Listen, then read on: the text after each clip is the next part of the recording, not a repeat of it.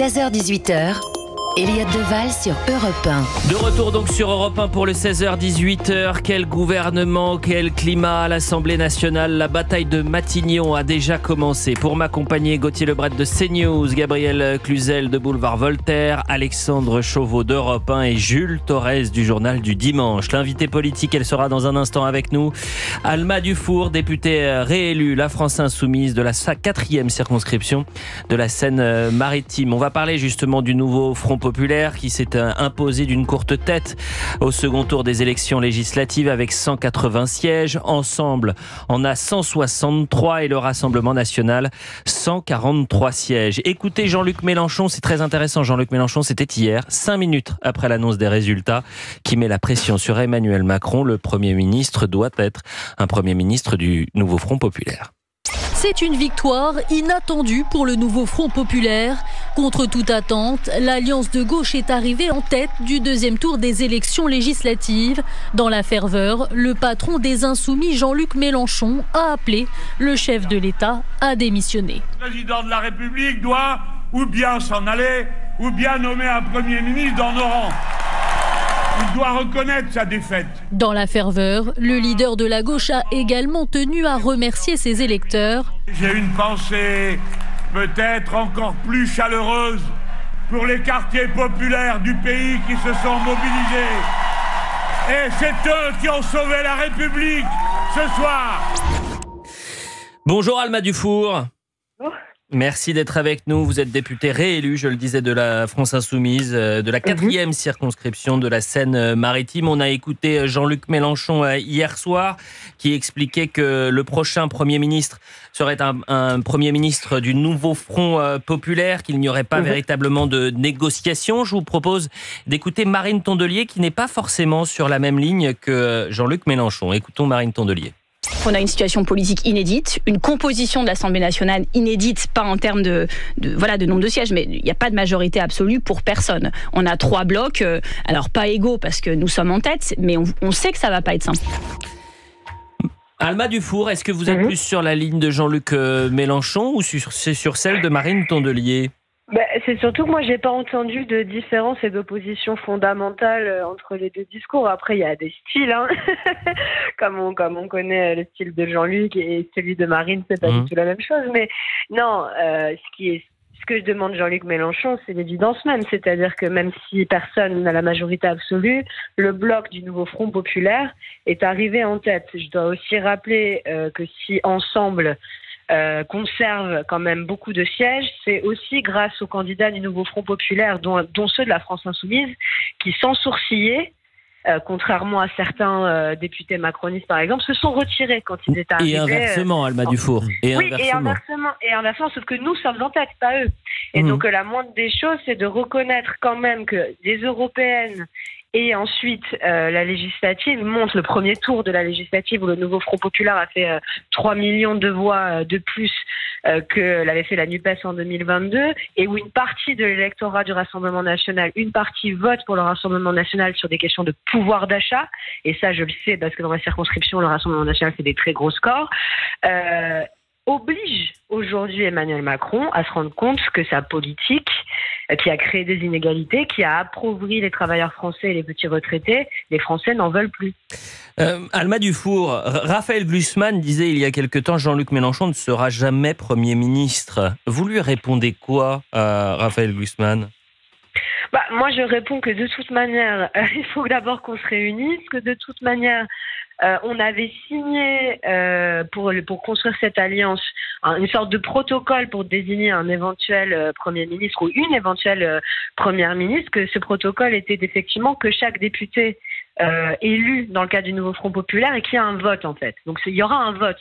Donc du coup, moi je lui réponds que je ne sais même pas encore quel est le candidat ou la candidate que la France Insoumise va choisir de présenter. Au jour d'aujourd'hui, nous n'avons pas pris de décision définitive à ce sujet. Et alors, je sais encore moins quel sera l'arbitrage choisi par les différentes forces du nouveau Front Populaire. Donc, je pense que ça sert à rien aujourd'hui de se fracturer, de se diviser sur la figure de Jean-Luc Mélenchon, alors que ce qui compte, c'est que le programme du nouveau Front Populaire soit appliquée et que Emmanuel Macron reconnaisse que les Français ont besoin de justice sociale et de pouvoir d'achat. Alma Dufour, donc députée La France Insoumise, vous restez avec nous pendant toute la demi-heure. Si vous souhaitez réagir, chers auditeurs, et poser des questions à Alma Dufour, n'hésitez pas, prenez votre téléphone 01 80 20 39 21. On avait une question comme fil rouge en début d'émission. Êtes-vous inquiet après les résultats de ces législatives? On est avec Laurent, 64 ans. Bonjour Laurent. Oui, bonjour à tous, bonjour à tous les auditeurs. Alors vous dites que le résultat, c'est une chance pour la France? Plus ou moins. C'est-à-dire que inquiet évidemment, mais inquiet pour le monde d'abord, avant tout pour le monde. On est dans une pauvre terre. Et une petite chance pour la France, je crois que M. Macron a dissous cette assemblée. Le peuple a parlé, le peuple a bien parlé, à mon avis. Et voilà, il va falloir maintenant que les humanistes, que les gens qui aiment, que les gens qui savent regarder, que les gens qui contemplent, que les gens qui travaillent, que les gens qui se réunissent, les humanistes. Je suis à peu près, évidemment, il n'y a pas que moi qui dis ça. Il y a des gens comme M. Gage, des gens comme M. Bayrou, des gens, etc., etc. D'ailleurs, je pense que M. Bayrou, on le cite pas assez, il ferait un excellent Premier ministre. Il va falloir que Monsieur le Président de la République n'a pas perdu son pari. Les députés macronistes, on va dire, entre guillemets, arrivent, je crois, en deuxième position. C'est cela, avec 163 sièges, le groupe Ensemble, 98 sièges pour Renaissance, très précisément. Voilà, donc c'est ce qui aurait dû être fait au premier tour de cette élection, c'est-à-dire ce rassemblement d'humanistes. Ça aurait dû être fait au premier tour. Pardonnez-moi de vous couper, Laurent, mais les humanistes, ils vont de où à où à l'Assemblée nationale, sur les bancs de l'Assemblée? Les humanistes, ce sont tous les gens, ce sont tous les gaullistes anciens ou fils de résistants. Ce sont les communistes, certains communistes résistants. Ce sont des socialistes. Ce sont des socialistes. Ce sont les gens de Bayrou, les gens d'Édouard Philippe, les gens de Macron, tout ce peuple français. Et sûrement pas tous ceux qui nous foutent des tracts dans la gueule à tout bout de champ, qui nous intoxiquent avec leur propagande. Et je les connais bien, les gens de M. Mélenchon, je les connais très bien.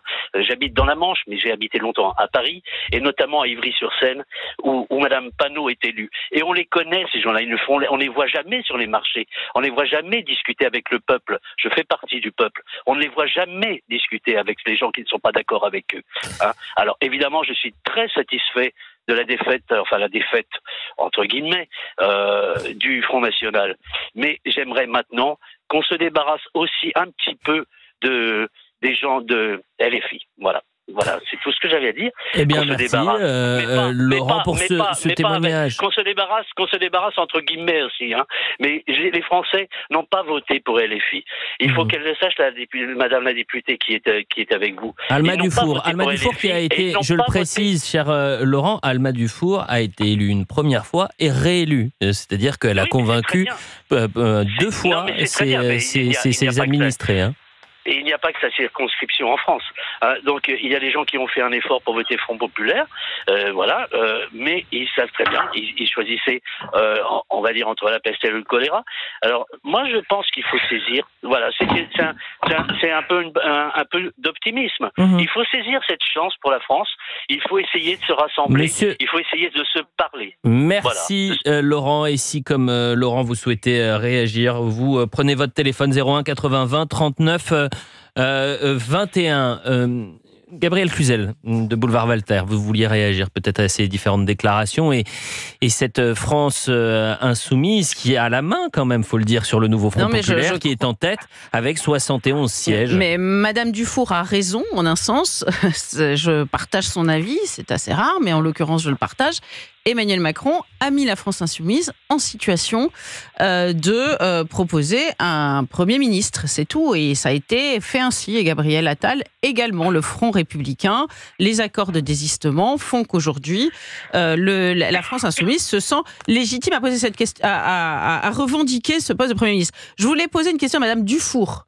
On a vu hier tous ces manifestants qui ont célébré votre victoire avec des dégradations, des vitrines brisées, des tags sur les murs et même un policier qui a failli être brûlé.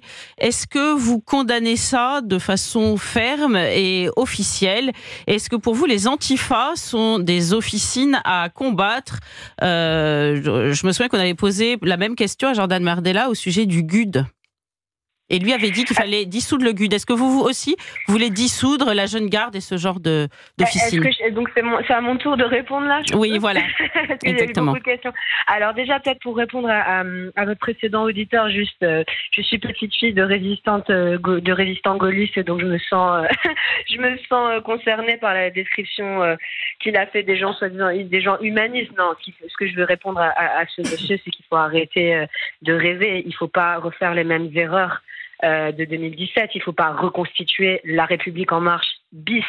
Les Françaises et les Français, ils n'en ont rien à faire de qui sera dans la coalition. Ce qui leur importe, c'est qu'on leur apporte une réponse sur le pouvoir d'achat, sur les bas salaires, sur les petites retraites. C'est ça le cri d'alerte des Françaises et des Français. Tout le reste, c'est de la poésie à côté. Ensuite, par rapport à la question que vous me posez, évidemment que je condamne le fait qu'on s'en prenne à un policier en marge d'une manifestation. Enfin, ça me paraît évident et ça me paraît même un peu choquant qu'on me pose la question. D'accord, donc il faut dissoudre ces antifas. Vous êtes d'accord? Écoutez, ces antifas. La Jeune Garde. Moi, honnêtement, vous venez de me l'apprendre ce qui s'est passé. Je n'étais pas. Vous venez de l'apprendre? Je viens de l'apprendre parce que moi, j'ai passé la matinée à remercier les élus locaux de ma circonscription, les citoyens, etc., etc. J'étais pas là pendant cette manifestation, donc évidemment qu'il faut sévir et qu'il faut. Je veux dire, ça me paraît d'une logique imparable. Évidemment qu'on n'a pas le droit de s'en prendre à un policier dans le cadre d'une manifestation. Mais ce que j'aimerais rappeler aussi, c'est qu'on a vécu 3 semaines à l'inverse de violences racistes extrêmement fortes et déchaînées dans ma circonscription notamment, et que nous aussi, on se remet de ça et qu'on a eu très peur hier soir qu'il y ait des milices néo-nazis qui circulent dans les rues et qui s'en prennent aux gens. Donc il va falloir apaiser et apporter surtout les réponses de justice sociale que tout le monde attend. Une courte pause, Alma Dufour, vous restez avec nous. On revient dans un instant sur Europe 1. Lorsqu'on a entendu l'un de nos auditeurs qui réagissait sur la France Insoumise, sur la politique, etc., étant donné qu'en amont, on ne s'était pas entretenu, je ne savais pas si vous souhaitiez réagir directement à cet auditeur. Et c'est pour ça que, par pudeur, je ne vous ai pas lancé dans un débat avec lui. Je me permets de préciser tout cela, Madame la députée. On revient dans un instant. On a plein de questions à vous poser, et notamment sur le climat à l'Assemblée nationale. Ces 2 dernières années, c'était assez sportif. Est-ce qu'on s'attend à la saison 2 de la foire à l'Assemblée nationale? Comment apporter un peu d'apaisement? Voilà les questions qu'on vous posera juste après la pause. À tout de suite sur Europe 1. 16h-18h, Elliot Deval sur Europe 1. Quasiment 17h20, on est en direct sur Europe 1 pour la suite du 16h-18h, toujours avec Gabriel Cluzel, avec Gauthier Lebret, Jules Torres du JDD, Alexandre Chauveau d'Europe 1. Alma Dufour est notre invité politique, député à la France Insoumise réélu. Et puis on a un invité exceptionnel qui vient de rentrer. C'est un nouveau, c'est le stagiaire d'Europe 1. Bonjour Pascal Praud. Non, je suis passé vous voir et je me suis permis d'entrer quelques secondes pour vous saluer et je vous écoutais avec intérêt. Je ne doute pas que nous continuions dans cette voie. Les vacances, c'est dans 2 jours ? Il y a un moment, il faut savoir s'arrêter, surtout lorsqu'il y a des jeunes garçons de qualité comme vous. Je vois Gauthier Lebret qui peut également faire de l'antenne, donc il y a un moment... il peut, ouais. Ça peut lui arriver. Nous y sommes depuis le 28 août. La séquence est particulière, je ne sais pas ce qui va se passer, je ne pense pas que ça se passe d'ailleurs cette semaine. Il y a tellement de façons contradictoires d'analyser le scrutin d'hier, formidable d'ailleurs, c'est un scrutin dans lequel on peut dire des choses très contradictoires. Donc on peut dire évidemment ce que dit la gauche, c'est qu'elle a gagné, bien sûr, mais on peut dire aussi que elle a gagné, mais l'Assemblée nationale penche fortement à droite et qu'il est plus légitime de nommer un Premier ministre de droite ou de centre-droit. On peut le dire aussi. Donc, on verra ce que fera le président Macron. Bah tiens, on pose la question à Alma Dufour, députée de la France Insoumise. J'imagine sa réponse. Bah écoutez, moi, Madame Dufour, mais je la comprends. Pas, je serai à sa place. Je dirais que j'ai gagné. Et est-ce que vous dites ça, Madame Dufour? Mais non, mais c'est même pas ça. C'est pas. Enfin, encore une fois, moi, j'essaye de. Vous savez, contrairement aussi à ce que votre auditeur disait, c'est absolument faux que nous n'allons pas à la rencontre des citoyens et des citoyennes. Moi, j'ai rencontré, franchement, à titre personnel, environ 10 000 personnes en quelques semaines, et avec tous les militants, plus de 30 000 personnes de ma circonscription. Donc, je peux vous dire que j'ai des retours de terrain de première main, on va dire. Ce qui a gagné, entre guillemets, aujourd'hui, comme je l'ai dit, que ce soit les européennes et maintenant la législative, c'est le rejet d'une politique qui a appauvri la très grande majorité des Françaises et des Français. Si on n'est pas d'accord pour se mettre d'accord justement sur ce diagnostic-là, effectivement, on va au-devant de très, très gros problèmes. Et c'est pour ça que je ne dis pas « nous avons gagné, nous sommes les meilleurs ». Nous sommes conscients que nous n'avons pas la majorité absolue dans ce contexte. Mais nous sommes conscients que ce qui s'est exprimé dans les urnes, encore une fois, c'est une demande très, très, très, très forte de justice sociale, d'équité, au moment où le salaire réel moyen des Français a baissé, au moment où les dividendes dans l'économie française n'ont jamais été aussi hauts. Moi, chez moi, il y a des petits retraités qui sautent des repas régulièrement, des petits retraités, des femmes. J'entends, Alma Dufour. D'ailleurs, l'une de vos mesures, si je puis me permettre, l'une de vos mesures, c'est le SMIC à 1 600 €. Il faut le dire aux auditeurs, il n'y a pas un parti hors Nouveau Front Populaire qui votera pour un SMIC à 1 600 €. Gauthier Lebret souhaite vous poser une question. Je vous laisse travailler. Merci Pascal Praud. Le souci, en fait, lorsqu'on dit le SMIC à 1 600 €, moi, je veux bien, je trouve ça formidable, je trouve qu'il y a plein de gens qui gagnent pas assez d'argent. Mais c'est toute la grille de salaire qui remonte. Parce que celui qui gagne 1 600 ou 1 800, il va plus accepter de gagner la même somme. Parce qu'il va dire, moi, je vais être au-dessus du SMIC. Là où Madame Dufour a raison, et on était ce matin avec un auditeur, c'est que on était avec un auditeur ce matin, il est retraité, il a 67 ans. Il a bossé depuis l'âge de 16 ans. Il est en retraite depuis l'âge de 60 ans, il a 67 ans. Il a été technicien, etc. Il gagne 1 500 € de retraite. Qu'est-ce que vous voulez que je vous dise? Essayez de vivre avec 1 500 € par mois. Et d'ailleurs, il n'a pas de maison à lui parce que, comme il n'y a pas eu d'héritage dans son parcours, il est obligé de louer une maison. Il loue un petit pavillon pour 700 €. Simplement, je ne suis pas sûr que les solutions de la France Insoumise soient les bonnes pour ce monsieur qui est retraité, qui avait voté d'ailleurs France Insoumise.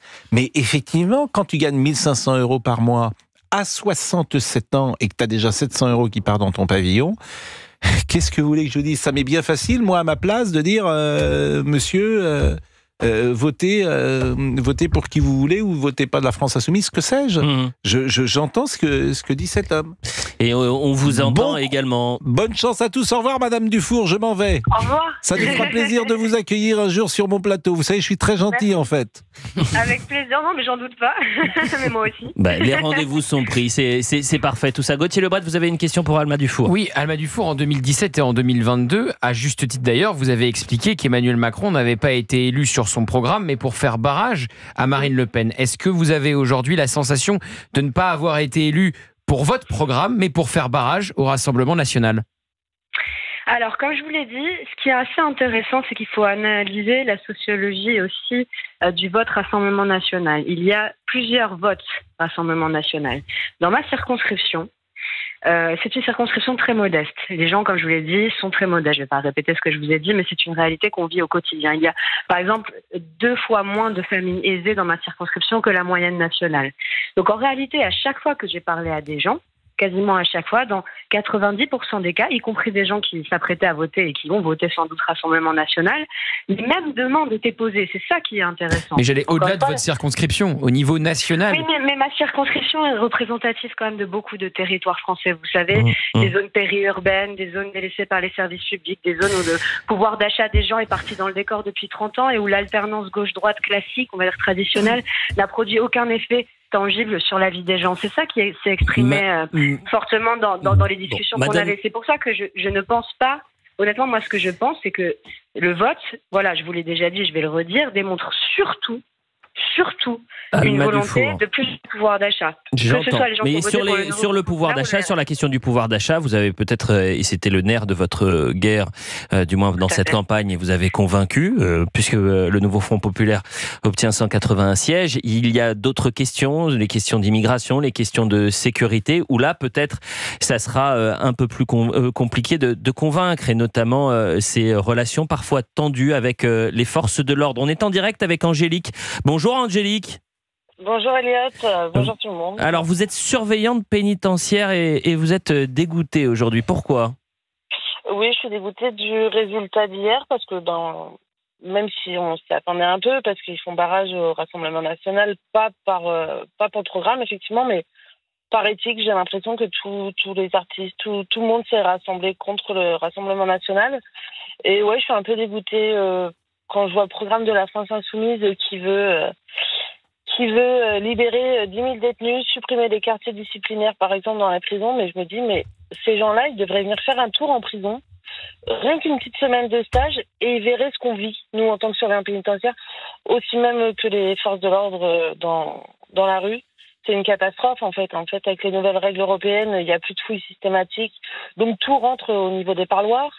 On est obligé de se justifier par peur d'être mis en porte-à-faux parce que la parole du détenu vaut presque plus cher que celle du surveillant. Voilà, enfin nous on est indignés de voir ce. Je comprends pas que les gens votent pour un parti qui veut désarmer la police, qui accepte des panneaux, un policier mort, un policier tué, c'est un vote pérenne en moins. Je trouve ça absurde que la population française, je sais pas, j'ai pas été éduquée de cette manière, ayant un papa policier moi-même. C'est pas la manière dont j'éduque mes enfants non plus. J'ai toujours eu peur de la police, le respect de la police. Encore aujourd'hui, je me fais arrêter. C'est pas parce que je suis surveillant pénitentiaire que je la respecte pas, bien au contraire. Et c'est ce que j'applique à mes enfants, c'est ce respect, Et quand j'entends hier Jean-Luc Mélenchon féliciter les quartiers populaires, mais tous les quartiers populaires, il y en a une grande partie, pas pour dénigrer, mais qui se retrouvent en prison et qui sont contents d'être là, parce que les prisons françaises, c'est un hôtel. C'est devenu un hôtel. Et quand ils ressortent, 3 jours après, bien souvent, ils reviennent, parce que c'est la fête. Et les quartiers populaires qui se retrouvent en prison, ils votent, ils ont le droit de vote. Donc forcément, quand on leur donne le droit de vote en prison et qu'on leur annonce un programme si alléchant que la France Insoumise propose, déjà ça fait des votes supplémentaires. Bon, Angélique, il y a beaucoup de choses dans tout ce que vous dites. J'aimerais juste avoir une réaction rapide cette fois-ci, et ce sera la dernière question, Alma Dufour. Je le disais, si vous avez pu convaincre sur la question du pouvoir d'achat, ce sera peut-être un peu plus dur sur les questions d'immigration, sur les questions de sécurité, sur les questions de police, avec des mesures qui sont peut-être pas partagées par l'ensemble des Français, et notamment, par exemple, la volonté de désarmer une partie de la police. Quand on dit désarmer, c'était... Merci, voilà, parce que là, quand on entend ça, je suis désolée, je comprends aussi... honnêtement, je comprends ce que vit Angélique. J'ai déjà fait une visite en prison, certainement pas, c'est vrai, un stage de 2 semaines, mais moi, honnêtement, je suis pas du tout hostile à cette idée. Par contre, je peux pas laisser dire les quartiers populaires... sont ceux qui sont en prison. Enfin, vous voyez, moi, je vis dans une ville très populaire, une ville qu'on pourrait appeler quartier populaire, si vous voulez, en mettant des guillemets. C'est stigmatiser l'ensemble de la population en tenant des propos aussi larges. Je pense que quand Angélique dit ça, Madame Dufour, je pense que quand je vais pas me faire l'avocat d'Angélique, je pense que quand Angélique dit ça, qui est surveillante pénitentiaire, c'est elle n'a pas l'habitude, si vous voulez, de prendre la parole comme vous. Elle n'a pas cette expérience et ce professionnalisme-là, et donc c'est pas une volonté ni de stigmatiser, ni de généraliser, vous entendez bien. Oui, j'entends bien. Et ensuite, pour donner des réponses plus concrètes sur la sécurité, évidemment, on ne veut pas désarmer toute la police, parce que quand j'entends ça, je pense qu'effectivement, les gens se disent, mais alors, comment le pays pourrait fonctionner ? Ça n'a jamais été quoi. Mais attends, je vais vous donner un exemple très précis. Très vite, parce qu'on est en retard, Madame la députée. On a besoin de renforcer les effectifs, justement, de police et de justice. Et ça, c'est tout à fait dans notre programme. On a besoin de retourner à une police dite de proximité. Aujourd'hui, sur mon territoire, ce qui pose de plus problème aux habitants, c'est que le commissariat se trouve à Rouen et qu'ils faut qu'il fasse 20 km pour pouvoir Donc c'est un retour de la police de proximité. Madame la députée, un grand merci. Vous êtes la bienvenue pour revenir sur le plateau et pouvoir échanger un peu plus longuement. On revient dans un instant sur Europe 1 pour la toute dernière partie du 16h-18h. A tout de suite, on sera avec Thomas Ménager du Rassemblement National. Merci Madame la députée.